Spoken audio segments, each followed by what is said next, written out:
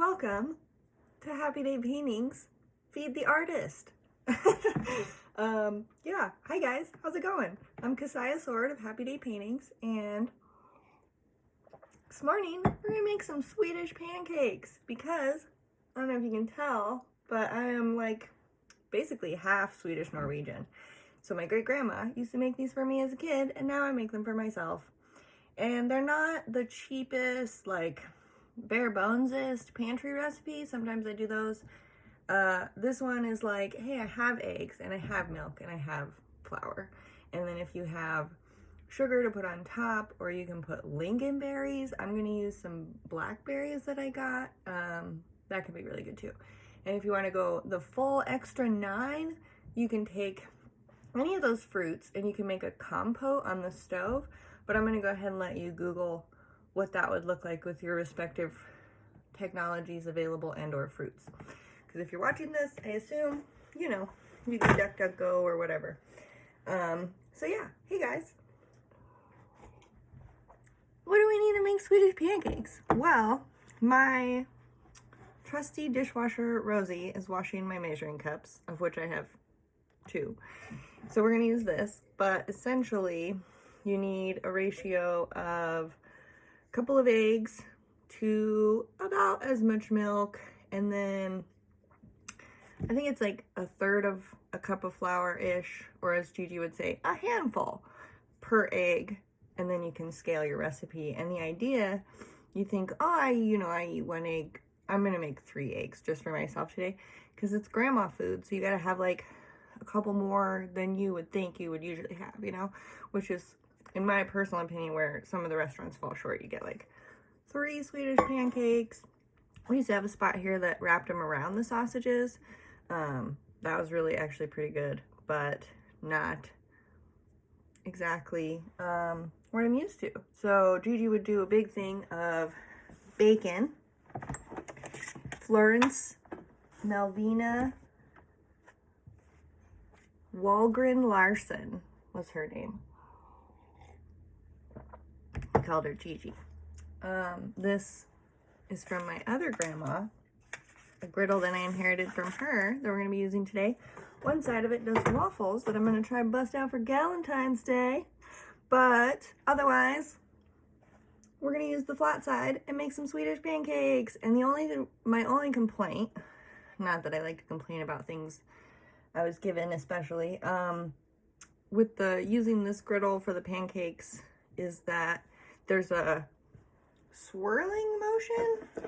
People will pour the batter and then do one of these to get the extra thin coat of pancake on there. And it's tricky when I have the top lid. So you'll see me doing an extra weird, ooh. But if you were my Gigi, she had this big one that was like the whole countertop, at least when we were kids. But for real though, she would make 6 pancakes at a time. And she would pick it up and she would swirl the whole thing. And that is how she would feed all of us little rascals running through the house. So, coughing all over my butter. I don't know if you noticed, my friend got me this. It's always a happy day when we paint. And if not, we can paint a happier one. That's what I like to say.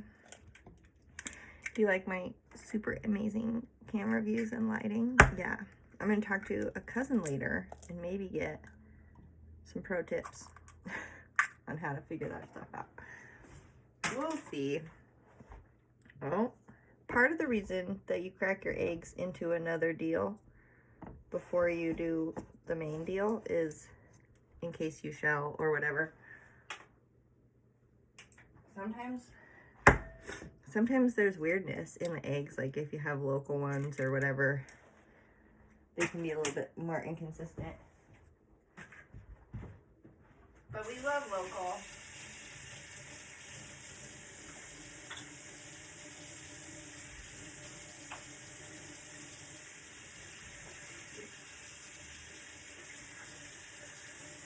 All right. I guess you guys probably don't love the 30-second hand washing, but I have a little bit of the PTSD OCD area, so let's just pretend that I'm going to cut that out, knowing that I can't do a single tiny bit of editing. Thanks for being here.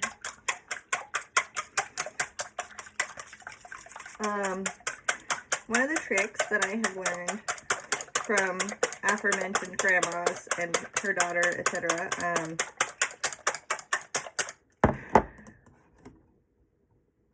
You're going to mix all your liquidy stuff, and you're going to mix your floury stuff, and then you're going to put them together. And then this is where it diverges from what I've seen online. A lot of people are like, use a blender. Absolutely do not do that. From what I understand, the clumps are actually like primo. That's how you get, so this is a half a cup for 3 eggs. We're gonna try it and see how it looks. But the clumps of the flour and stuff is how you get the like crispy bits. I don't know. It's a thing. We were told very specifically, don't mix them too much. So, you have also been warned. Alright, I'm liking the look of that. Half a cup of milk, 3 eggs. The thing about all 100% of my Gigi recipes is it drove my grandma nuts. There was no measurements to be had. There was, you're going to do this much, you're going to do that much, you're going to, and if you could, if you could get the recipe from her, I'm going to leave that out just in case. If you could get the recipe from her, you could not get a measurement to be had. There was no measurements in Gigi's recipe, so she did not teach my grandma how to cook, and grandma learned how to bake the shit out of some bread. She used to make bread all the time, and it was always amazing. And we partly attribute that to Gigi not teaching her how to cook. Life's the beach, eh? So I've got my flour.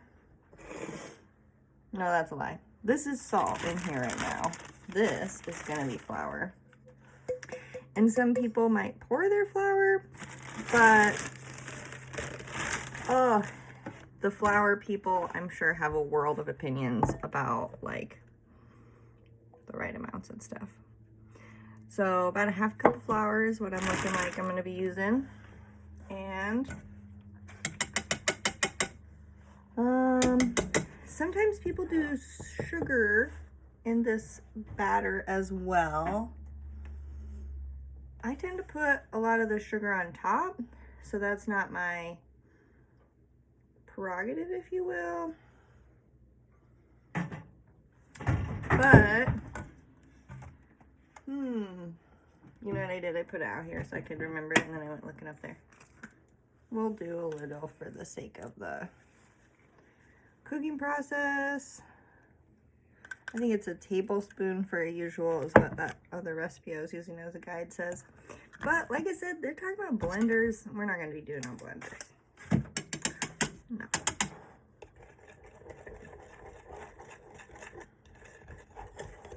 Yeah, sometimes I'll look online for recipe ratios, so I know that that the science of the food isn't come out. But every now and then I look at the Swedish pancakes and they're like wildly different, and then the real flag, the reddest of all the flags for me on a Swedish pancake recipe website, is when they call it a crepe. I'm sorry. It's just not. It's not the same, and it's not okay. So, do a little mix, just in case I overmeasured my flour, but no, it's looking good. So it should be pourable and mostly liquidy, and like I said, like a little bit chunks. I'm getting there. I might not need all this flour, but I'm tempted to throw it in because I portioned it out already, but I don't know. This is heating up, and I'm going to close it so it can heat more. And instead of making a big old thing of bacon to start it off today, because I don't have any, I am just going to use some of the rendered bacon fat as well as my butter to make sure my thing isn't sticking.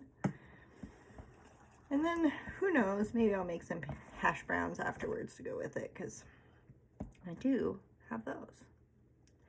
As far as affordable food options go, I highly encourage people to check out their dehydrated potato area if it is, you know, digestion tolerable. After letting that sit for a minute, I am going to go ahead and add the rest of that. And then I'm just going to kind of make sure it's all touching liquid, but not 100%. We're not blending. We're not blending. Just so you know, this is some lumpy batter because it's supposed to be.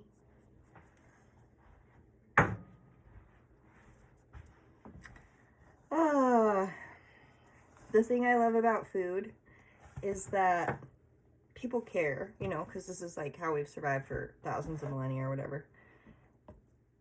And so you can always find like the salt guy who like knows about the different salts, or lady or person or whatever.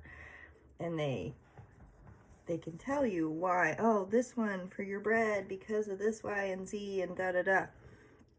Or you'll have, you know, the pesto people, or, you know, whatever it is. People care and they put a lot of effort and time. So you have to just then like Venn diagram what you have available resource-wise is your time and what the best yummiest thing is, and you might get something really cool. But that's just a weird random tangent. Thanks for being here. Another thing I like to say, Mr. Rogers style, is thanks for being you, because there's a ton of stuff you could be doing, watching, or maybe you are doing while you're watching or listening or whatever. I do that a lot. And you're hanging out with me, learning how to make my family's Swedish pancakes while I drink coffee on a Saturday morning. So I really appreciate it. You can like and you can follow if you want more whatevers. And if you really are digging the vibe, you should check out my Patreon. The starving artist thing comes from me being, can you tell, a painter. And yeah, that's how we do.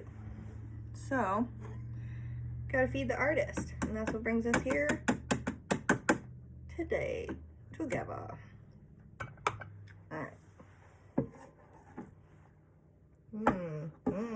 Might have done too much flour. Might have to get the milk back out. Oh, and I totally forgot to grease this, you guys. Too busy talking and being like, pitch your stuff. But they say the first one's for the dog anyway. My dog's name is Betty White. She's very cute. She's a Bichon Frise. And I'm probably not saying that very French. This is looking nice though. Very thick. This is too thick. But it's looking nice.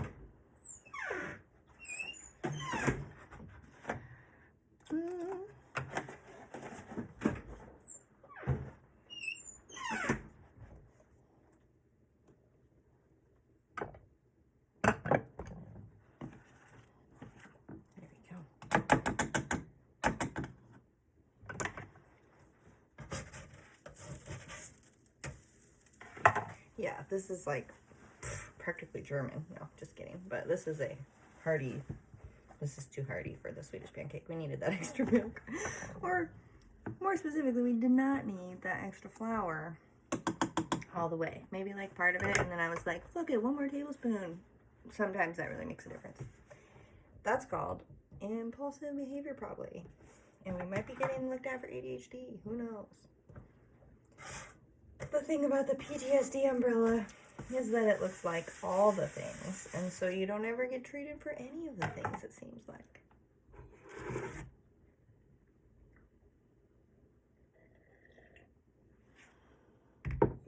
This morning I had somebody scam request to purchase a painting, and I always kind of know when it's happening. But I go along with it for a certain amount of time. And then I think I need to do what this lady recommended, where I have them pay me just to talk about it. But it's this piece that I just laugh because it's this like really dark history about my family, you know, and all anybody else sees when they look at it, not knowing anything, is like sunshine and rainbows.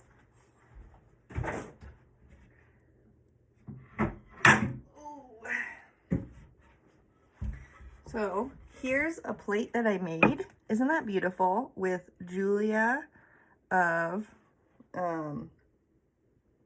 gosh, I can't for the life of me remember. Julia's Pottery, I think, is her business name. But she's here in Willao County, and she has some cool stamps, or what are those called? Transfers. Like, we just transferred this tiny pancake that's way too thick to be a Swedish pancake. You see how easy it is to slip from, for example, a crepe to a Swedish pancake to a German pancake? It's like, it's so easy. I almost did it again. Did you see that? I'm glad to know that my skillet's nice and hot, because otherwise that would have fucking stuck. But that's okay, because it didn't. And now we're gonna pour.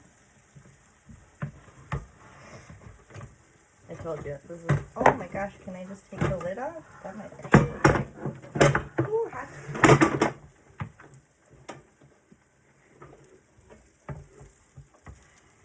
The lid gets so hot, I just have to make sure it's not like touching anything. Oh yeah, that's looking good. Oh, don't you know, there, eh?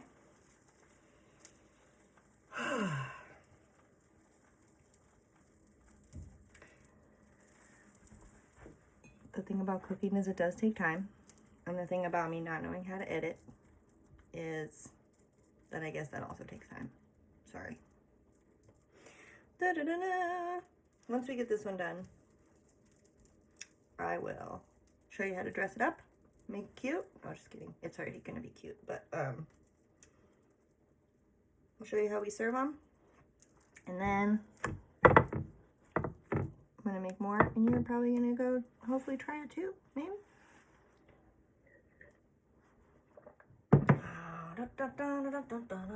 You can see the bubbles. Bubbles are good. Clumpies, those are good. Still thick. This is still a thick with the 2 C's Swedish pancake, but it's actually looking Swedish. So I'm gonna hit it with some butters. This is one of my dog Betty's favorite foods right here. I think because she was raised in assisted living, that she used to eat those little butter packets. That's my suspicion.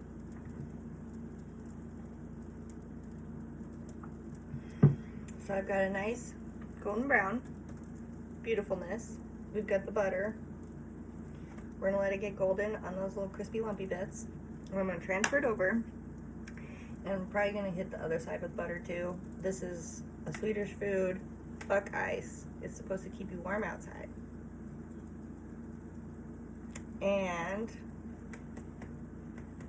you put sugar on top. Oh, ain't no diet food. But you could probably use maple syrup if you wanted, blue agave if you wanted. Honey's really good. Cream. Oh, I've got like 6 blackberries left, but that's okay because we ate them. Oh, it's 7.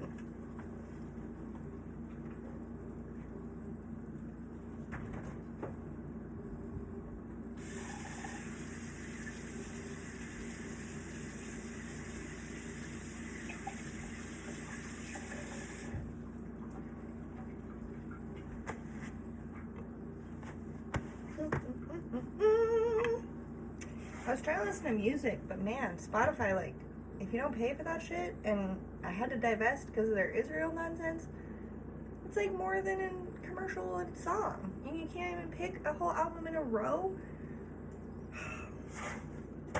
Might as well listen to the radio. Just kidding. The radio has a better ad to song ratio, I think. Okay, so we've got some beautiful goldenness. Can't see. I'm sorry.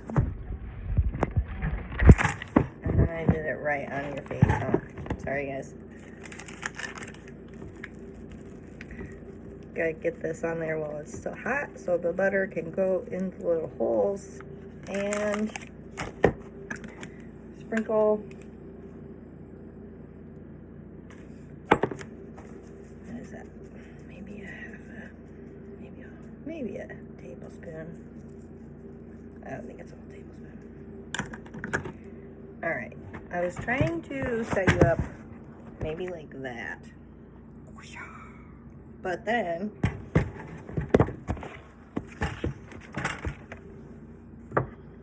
we're gonna roll it. And I guess you could put the berries inside. But I was just gonna be like little toppers. Ta-da! And because I'm a heathen.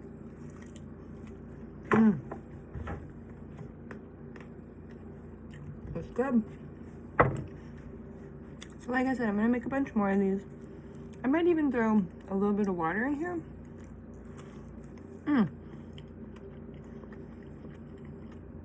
Enjoy. I hope you make some. And if you do, let me know in the comments. Maybe help other starving artists find this recipe. Ciao, ciao. Bye.